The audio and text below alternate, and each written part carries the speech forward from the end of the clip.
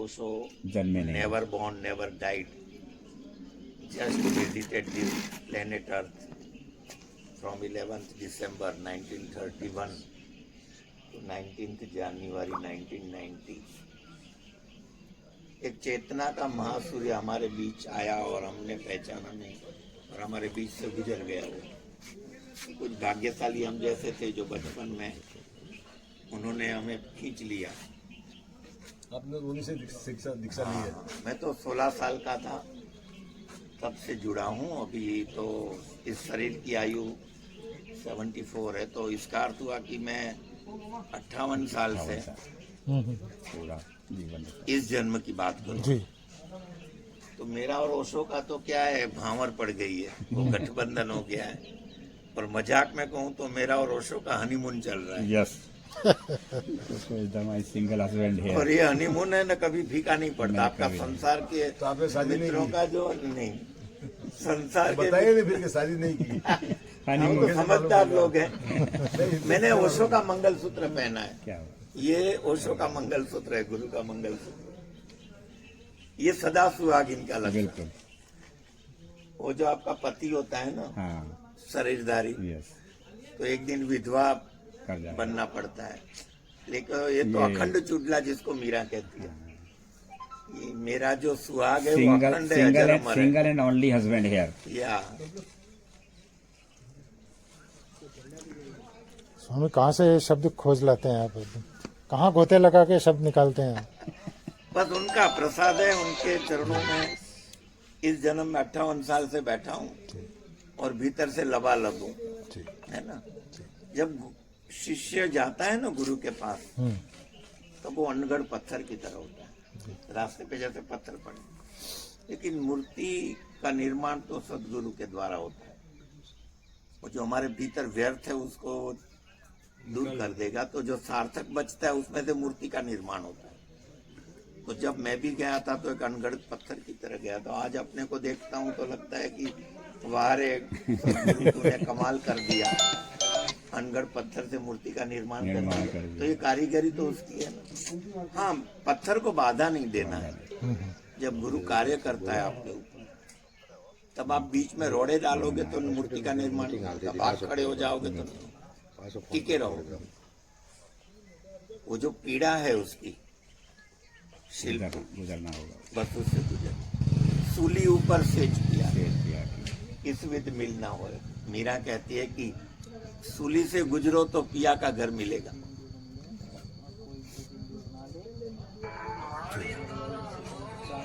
कबीर ने जो लिखा है ना कि गुरु कुंभार शिष्य कुंभ है, गुरु कुंभार और शिष्य कुंभ है, और घड़ी घड़ी गाड़े खोट, अंतर हाथ सहाय दे और बाहर मारे चोट। तो गुरु को हमने कुंभार के रूप में समझा है और शिष्य वो कुंभ की तरह, घड़े की तरह है। तो हम मट्टी के लौंदे की तरह जाते हैं तो सदगुरु उसमें से घड़े का निर्माण करता है। तो उसका काम बहुत कठिन है। एक हाथ से प्रहार करता है बाहर से, भीतर के हाथ से वो संभालता है कहीं हम गिर न जाए, नीचे कच्चे न रह जाए। उसका भी वो प्रयास करता है और इतना ज्यादा प्रहार भी नहीं करता है कि आप भाग जाओ।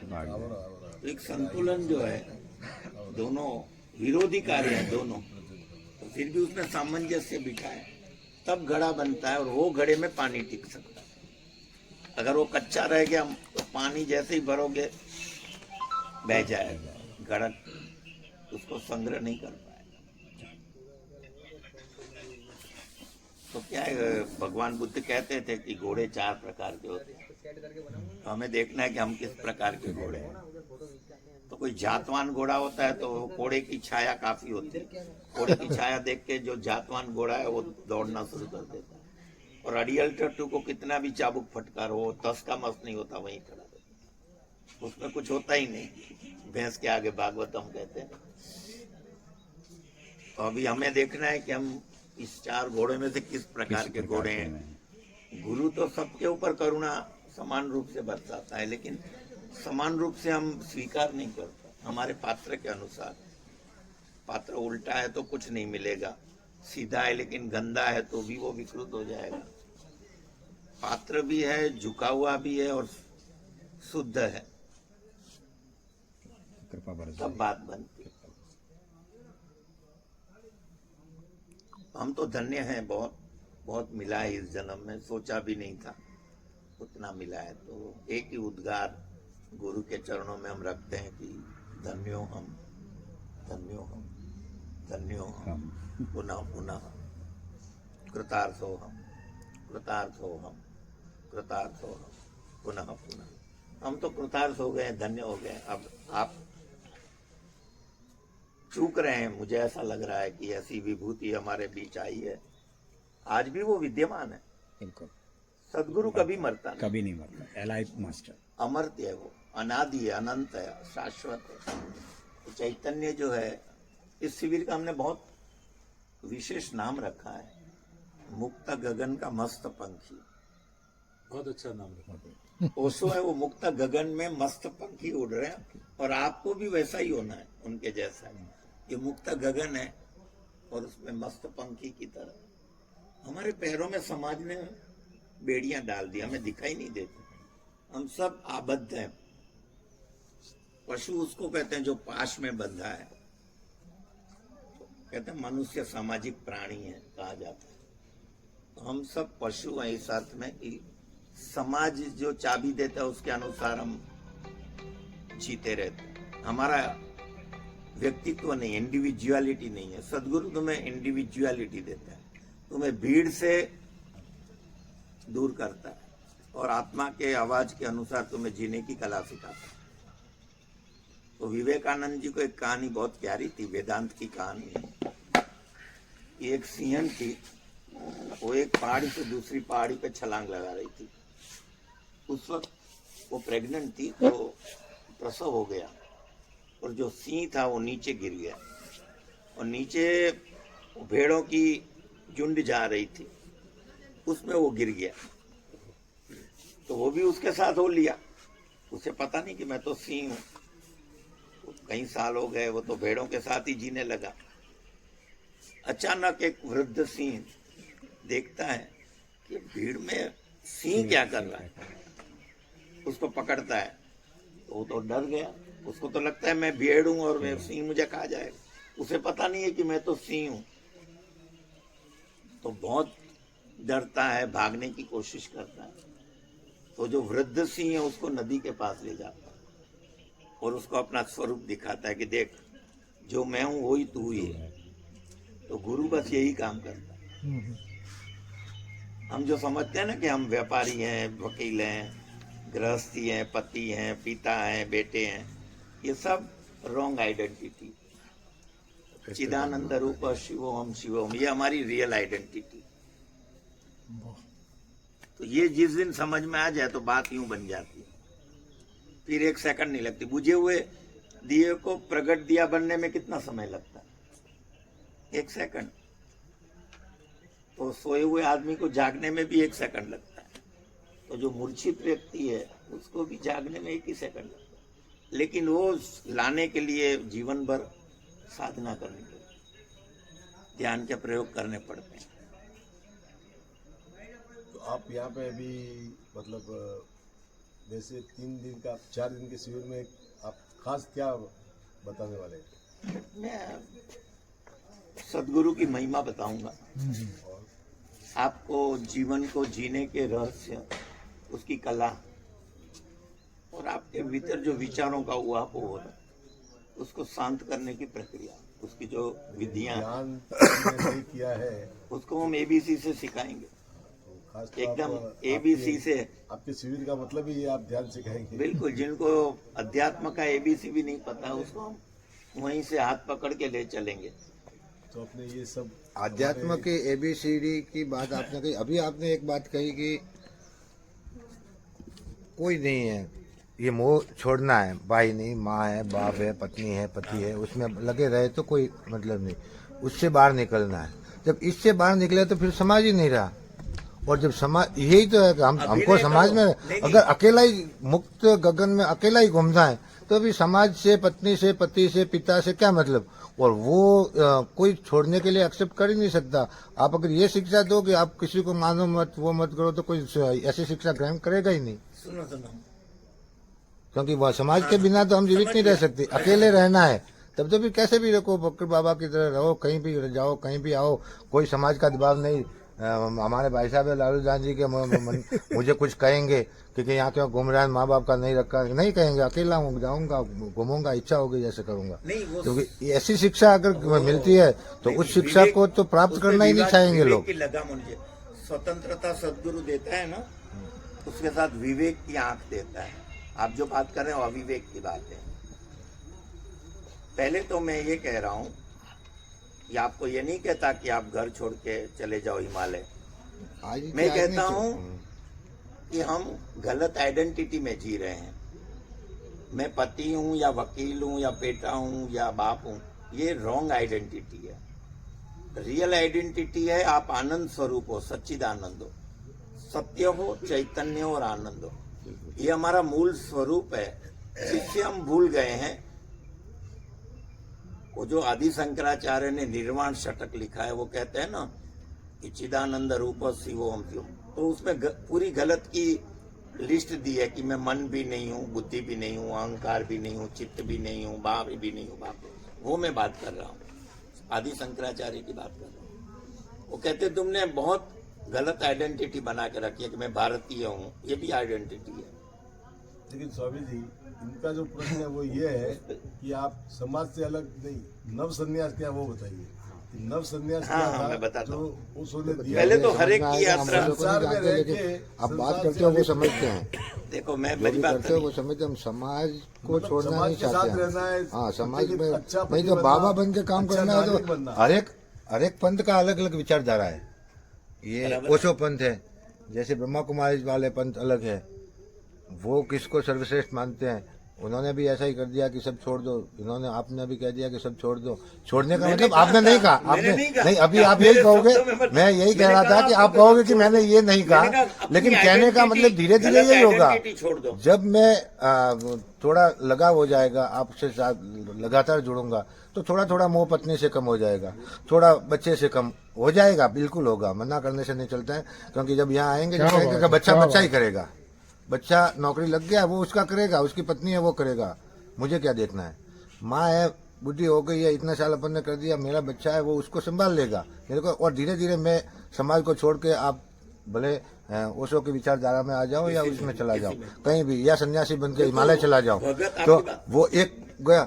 ऐसा का ऐसा मेरा बच्चा भी अगर आ जाए तो धीरे धीरे समाज और परिवार और बिखर ही जाएंगे। बिल्कुल। हम मीरा कहती है भगत और जगत का वैर है। तुम कहोगे कि मैं समाज का हिस्सा भी बनूं और ओशो का सन्यासी भी बनूं, तो पॉसिबल नहीं है। नहीं है, तुम दोनों हाथ लड्डू चाहते हो। तुम एक झूठी आइडेंटिटी के साथ पूरे जीवन को सजा के बैठे हो, जो मृत्यु के वक्त कोई काम नहीं देगी। आपकी जो आइडेंटिटी है कि मैं बाप हूँ, वकील हूँ, वो नहीं आएगा। ये सब गलत आइडेंटिटी है। आप भी एक समाज लेके बैठे हो। नहीं, आप कह रहे हो समाज नहीं, ये हम नहीं, ये हम बैठे आपका समाज है। नहीं, ये हमारा इसके लिए नया शब्द है, संघ है, ये कम्यून है। भाई आप संघ कह दो, समाज कह दो। एक बुद्ध पुरुष होता है ना जो जागरूक चेतना, उसके पास लाख लोग इकट्ठे होते हैं, वो भीड़ नहीं होती, एक होती है। ठीक है। और बीजेपी में जो होते हैं कि अब कांग्रेस में होते हैं, वो भीड़ होती है, 10 लोग भी होंगे तो। वो followers. We are not also followers. समझ लीजिए, बहुत गहरी बात है। हम फॉलोअर्स नहीं है, वी आर डिसाइपल्स।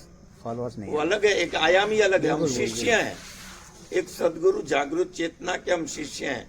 हम बीजेपी और कांग्रेस और समाजवादी की तरह उसके मेंबर नहीं हुए हैं। राजनीति अलग चीज हो गई। नहीं, अनुयायी अलग होता है। Follower, we are not follower, we are disciple and trying to be a devotee. शिष्यत्व भी अधूरी यात्रा है, फिर एक अलग यात्रा है जो छलांग लगानी है कि आपको भक्त बनना है, डिवोटी बनना है। लेकिन स्वामी जी, आप जो बहुत ऊंची बात बता रहे हैं, बहुत मैं नीचे से शुरू करके ऊपर की बात बता रहा नव हूं। संन्यास क्या है? अच्छा पति बनना, अच्छा ये भी बाप है। बनना, अच्छा बेटा बनना, वो ये भी- उसको कैसे सिखाते हैं वो आप बताइए। देखो ये पहले तो बात है संन्यास कि समाज में रह के अच्छे बन के और फिर उसके अनुयायी वो बनो, अच्छा तब तो लोग बनेगा। जुड़ेंगे। नहीं तो एक तरफ से जाकर के अच्छा पति भी मैंने बनना है, कहा अच्छा भी नहीं, पिता आप भी बनना मैंने है, ये कहा अच्छा कि भाई भाई भी को बनना है, और डिवोर्स फिर दे दो, उसके साथ घर में छोड़ चलो दो, हिमालय और फिर उसको रेगुलाइज करो, तब तो बात सही मैंने ये है। कहा ही नहीं। उन्होंने नहीं आप कहा, पत्नी को छोड़ आपका दो, सवाल है, उनका नहीं है। धंधा मैंने कहा आइडेंटिटी छोड़ दो, आप मेरी बात तादाद में छोड़ दो, लगाओ छोड़ दो। ये छोड़ेंगे नहीं, फिर ये आपको छोड़ देंगे। तो ठीक है ना। नहीं तो सुनो, अगर ये मुझे छोड़ देंगे तो घाटे में कौन रहेगा? हम तो नहीं रहेंगे ना, कम से कम मैं नहीं रहूंगा, हम तो कम से कम तो आप रहोगे। ओशो को आप नहीं मानोगे, ओशो का कोई नुकसान है क्या?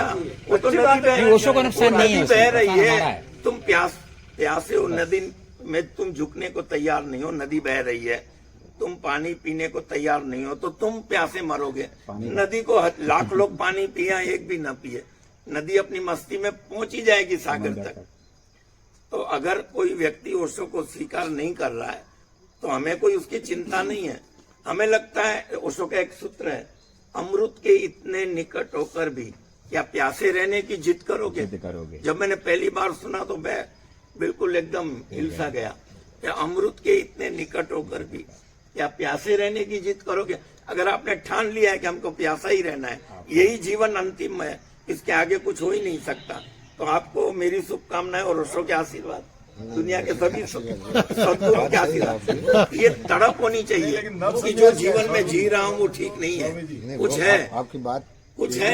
और ओशो की सितारों बात से हर कोई आगे समझ भी जाओ नहीं और सकता। है। हमारे यहाँ ओशो के अनुयायी बहुत कम है और आपने उस क्या उस कहा, महान अनुयायी नहीं आत्मा है। को समझना भी हर किसी का बस की बात नहीं है, समझ ही नहीं सकते आपने ओशो क्या को कहा, समझना देखिए अनुयायी ओशो के नहीं है। समझ सकते हैं आप कितने।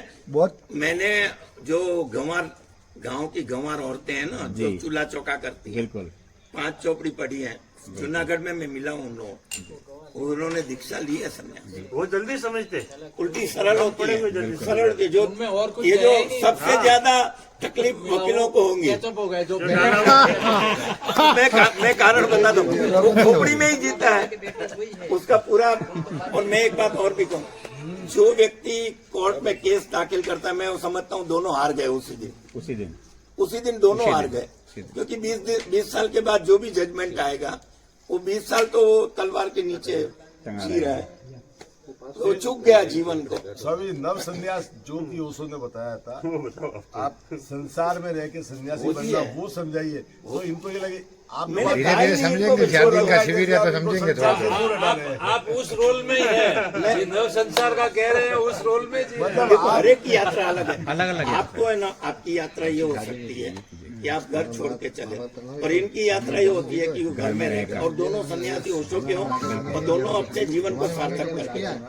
दोनों का यहाँ कोई रेडीमेड उत्तर नहीं है कि एक ही जब्बा सबको पहना दूं और सबको फिट हो जाए। अभी इसमें ऐसा है कि अपने जो सब सम्मानीय नागरिक गणों पेशवा के यहाँ पे ओशो ने मतलब आप समझो कि कितने घंटे प्रवचन दिए? 13,000 घंटे। 13,000 घंटे प्रवचन दिए। जिंदगी समझने के लिए उन्होंने हर एंगल से आपके हर कोशिश सवाल का जवाब कोशिश की, दिया। सही बात। 15,000 सवालों के जवाब दिए हैं। बिल्कुल। हर घंटे 20,000 घंटे करीब उन्होंने समय नष्ट किया। 15,000। गाँव वाला कोई भी आके बैठ के ध्यान कर सकेगा, सुन सकेगा। हाँ, धीरे धीरे समझ में आएगा, वो उनको लेकिन वो पढ़ेंगे, मैंने आपको सुनेंगे। पहले ही कहा कि हर एक तो समाज इसको आपका एक्सेप्ट नहीं इनको करता लाइफ का क्या है, है? आपके हर एक वो विचार आपको तय वो करना है। आपको उसमें से आपको क्या ग्रहण करना हाँ, है वो और क्या ग्रहण नहीं करें, करना बस है, ये वो बात। केमिस्ट की दुकान की तरह है, जो आपको प्रिस्क्रिप्शन मिला है आपकी बीमारी का, वो ले तो लीजिए। आप मीरा से भी पहुंच जाओगे, पतंजलि से भी पहुंच जाओगे और अष्टावक्र से भी पहुंच जाओगे। गुरु तुम्हें बताएगा कि तुम्हारे लिए क्या है। अच्छा, एक बात और कहूंगा कि ओशो के गीता पे प्रवचन है, कितनी बुकें हैं? 18 अध्याय के 18 अध्याय की इतनी बड़ी बड़ी बुकें हैं, और मेरे ख्याल से प्रवचन तो मुझे तो याद नहीं है, 280 प्रवर्तन। लेकिन बस यहाँ पे चलेगा गीता पे प्रवचन, कृष्ण पे प्रवचन, शिव पे प्रवचन, ऐसे सीरीज चलेगी। 450-500 घंटे एक घंटा- गीता पढ़ेगा। 1 घंटे का प्रवचन चलेगा, और ये ध्यान कक्ष है, मैं चाहता हूँ सब लोग उसका लाभ लेंगे, लेकिन एक समय रहेगा और ध्यान का भी एक समय रहेगा, उस समय ध्यान कर सकते हैं। और यहाँ पे हमेशा स्वामी जी रहेंगे, चाहे ये रहे या कोई भी रहे। ध्यान सीखना तो ध्यान सिखाएंगे, और ध्यान सीखने के बाद में जो प्रेम पैदा होगा, आनंद पैदा होगा, वो आप खुद अनुभव करना, किसी के कहने से नहीं है, बस, वो तो करने है। तो आएगा। तो वो कुछ न कुछ तो जानने को इसीलिए ये मिलेगा। पिरामिड टाइप का बनाया है कि लोगों में ओशो पहुंचे, बस जगत का और इससे कोई। अब मैं सबको न्योता तो नहीं दे सकता, लेकिन सबके लिए खुला रखा है, नहीं अच्छी बात है, आपने बहुत अच्छा किया। मतलब सबके लिए। धन्यवाद है। लेकिन एक टाइम लगा रहेगा, ये वजह से इतने बजे ये खुला रहता है, ध्यान का फिर लॉक हो जाएगा, क्योंकि ये मंदिर है। इसमें हम लोग और कोई ऐसी गलत बात है, खाना पीना कुछ नहीं करेंगे, कहीं भी खाना पीना है तो नाश्ता सत्संग की बहुत जरूरत है, और इस हमारे गांव में तो बहुत ही जरूरत कटा है हुआ। सत्संग। ये तो ये सौभाग्य है आपके गांव का। सौभाग्य है, हम धन्यवाद, ये इतना तो बड़ा आयोजन करना अच्छा ही बहुत मिलेगा, मुश्किल कुछ ना है। कुछ तो ज्ञान मिलेगा। देखो कहीं से भी उपलब्ध होना चाहिए। करोड़ों की जगह से सबके साउंड सिस्टम और सब नहीं, एसी शांति कितनी मिलती है, देखो एसी साउंड थोड़ी देर में भी सिस्टम, कितनी मार्बल शांति मिलती है। अपन यहाँ वो बैठे चाहे तो कहीं भी शिक्षा तो जाओ, अच्छी हो रही है कुल मिला के। वो घर बैठे गंगा कहते हैं ना, आपके घर पे गंगा आ गई है। अमृत वाली बात आपने जो कह दी वो सारी चीजें। शाम को 1 घंटा सत्संग चलेगा, उसमें कोई भी आके बैठ सकता है, लाभ ले सकता है, कोई भी भगवान का संगत चलेगा। ऐसा नहीं है कि सबके है, इन्होंने सबके ऊपर बोला है, लाउड से भी बोला है, कृष्ण पे भी बोला है। उनकी गीता सुनेंगे तो लगेगा आज तक सीधा गीता हमने जो सुनी है वो सही नहीं है। आप मतलब धनुष लेके तैयार हो जाएंगे कि कहाँ है दुर्योधन। हाँ एक जैनी को मैंने एक लेक्चर बता दिया ओशो का, वो महाविनाश वाला। तो वो एक जैनी कहते हैं कि ये तो नाम ही गलत है किताब का। मैंने कहा भाई एक बार पढ़ ले। उसने पहला लेक्चर पढ़ा, बोला यार हम ही गलत हैं, महावीर को जानते ही नहीं थे। ऐसे मैं सरदार बोलूं क्या, मैंने मेरी माँ ने जैनों में दीक्षा ली है, जी जी जैन समाज से हूँ, लेकिन महावीर वाणी पे मैंने इनके प्रवचन सुने ना, बिल्कुल। आज तक कोई साधु उसको समझ भी नहीं कह सकता भी नहीं जैनों पाए, का। समझ ही नहीं पाए। पालना ऊंची और भाषा बताना तो बहुत बड़ी बिल्कुल, बात बिल्कुल, है। बिल्कुल। नौकार मंत्र में जो व्याख्या की है ना, उसको समझना ही जैन साधु के बस की बात नहीं है। वो तो क्रियाएं बता देगा, अब हाथ जोड़ो और तीर्थ पे जाओ और इसी धर्म होगा, लेकिन वाकई तो अपने आप को चेंज करने ही धर्म है। सर अरविंद तो साउथ में होगा ना। हाँ, पांडिचेरी पांडिचेरी। मेरे ख्याल से आज लाइट आएगी नहीं, इसलिए अभी दीप प्रज्वलन कर लेते हैं, ताकि आज का एक अपना ये आज के समय का एक वो फिर उपयोग बाहर बैठ के नाश्ता करेंगे, ताकि अपने अंदर अंदर नहीं करना है। हाँ नहीं संध्या का समय है।